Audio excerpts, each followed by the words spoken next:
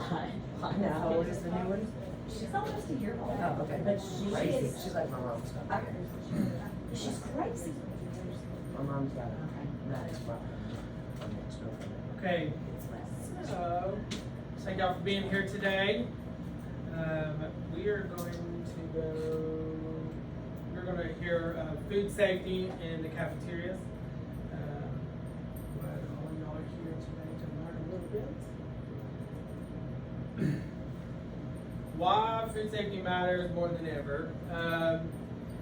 Foodborne illness affects over 48 million Americans each year. The stakes are higher for us because we have young kids and their immune systems are not all the way developed yet. And what would be something minor for us would be maybe fatal to them. So, because they don't have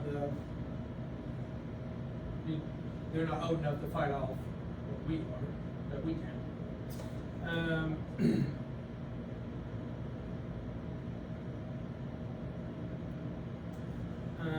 So one of the things that we start here, definitely for us, and the easiest thing for us to do is temperature control. And you know that being at your house or being in a restaurant, if food is out of date or out of heating or cooling, it's quicker to grow bacteria. We have these posters all over in the kitchen, danger zones. So the most critical aspect is food safety, keeping cold food cold, hot food hot. You know, with hot food being 160 or 140 at holding, or 40 below is safe. These are we also use these templates here to make sure all of our food stays in. We keep them in a binder, and we have to keep them for 5 years.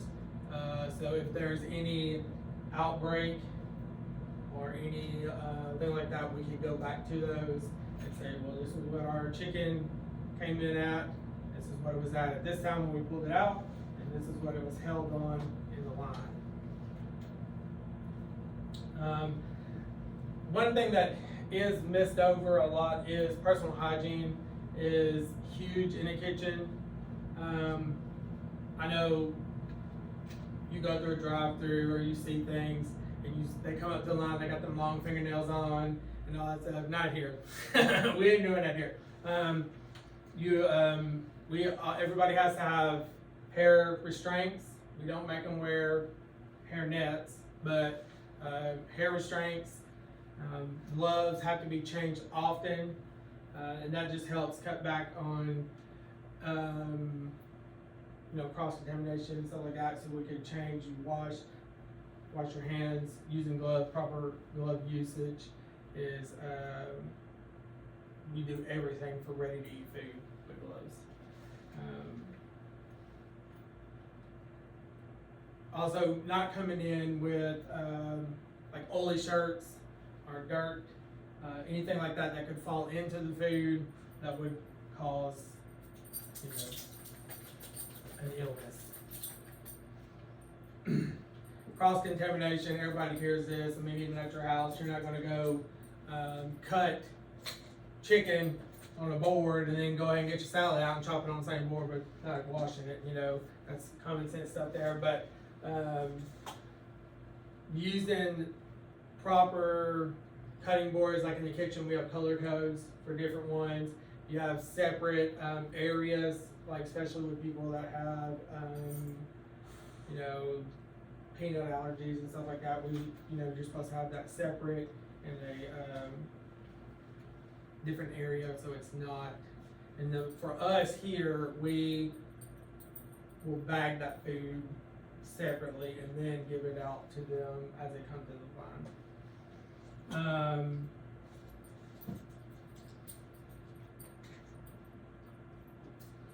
And then, of course, cleaning and sanitizing the mats and the boards and the surface areas after each change of use.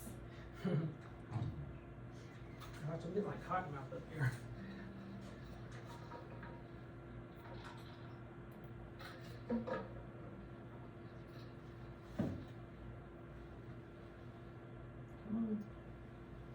Another one that is big, and we document this or try to document this in Skyward. The nurse goes in and is supposed to update this, and it will alert on our point of sale, but it's also across the board on any restaurant or anything. You should know the big 8 allergies for anybody, and then what it contains in them. Food allergies, approximately 8% of children. And then making sure the staff is trained and knowledgeable about these things and how to prevent either cross-contamination or these foods getting into them, and what the procedure is if somebody was to get a hold of that. One thing that every kitchen has to have, and we have to have this done by the state, is a hazardous analysis and critical control point. Good gosh. It's our HACCP plan. So every district and every company has to have a HACCP plan, and it is a procedure that tells us all of our storage log temps, all of our things that would happen if something was to break out of a food illness, how it protects us, what we're supposed to do if, we have somebody come in, new job, they need what the steps are to get ready for the job, to get ready to come onto the floor. It's updated every year, just about. We try to keep it with the procedure, because if you get caught and that's not what you're doing, then you get in more trouble because it's not what you have written. And then another way to keep the students safe and our food safe is our storage and receiving law, because that's the very first thing that we could stop right there. So like if we get a truck in, or if any company gets a truck in, and if they're not just letting them roll it on into the cooler, and it's been sitting out on I-40, and the heat broke down, and they're rolling your produce in, and it's all out of temp. Well, your lettuce is growing stuff already, your melons are got stuff on them, it's already starting to grow the bacteria. So the first line of defense is checking your produce and your meats and your stuff as they come in. You want your frozen to still be frozen, and your milk and your cold stuff to be in temp. You're supposed to check that. We have logs that keep up with all of that information every day. And also a good rule of thumb is like the first in, first out. So, like if you have 12 boxes of chicken, you don't want to go get your new one that just came in off the truck. You want to try to pull the oldest one out.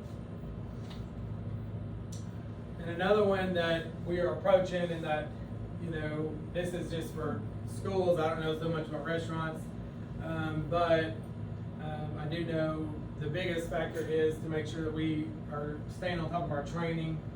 In the education world, that we are held to these standards here. Per each person has to have so many professional standards every year, and they don't roll. It's yearly. So this is why we have training for a week long before school starts, because you only have so many categories that these fields meet that will qualify for those trainings to get serve safe, or your student safety, your new procedures and stuff like that. But that's the very first thing that we to keep, and it's not do it just at the beginning of school. It's supposed to be throughout the school year, training, refreshers, even in the HACCP book, because our HACCP book's this big, to make sure that they understand, especially with the new ones, because that's where you get lost, or the new people come in, because you work really hard on this first group, and then you get somebody new in, and you don't, catch them. But these are the 2 sites that I pull information from, and where I use most of the training from. The first one is an all-free government funded site. It gives us all posters. They can send out free training, and it's all for educational use. And the other one was off of for a restaurant site or a corporation that does pretty much the same thing, but it's just for companies. All right, thank y'all. learned a lot about school nutrition.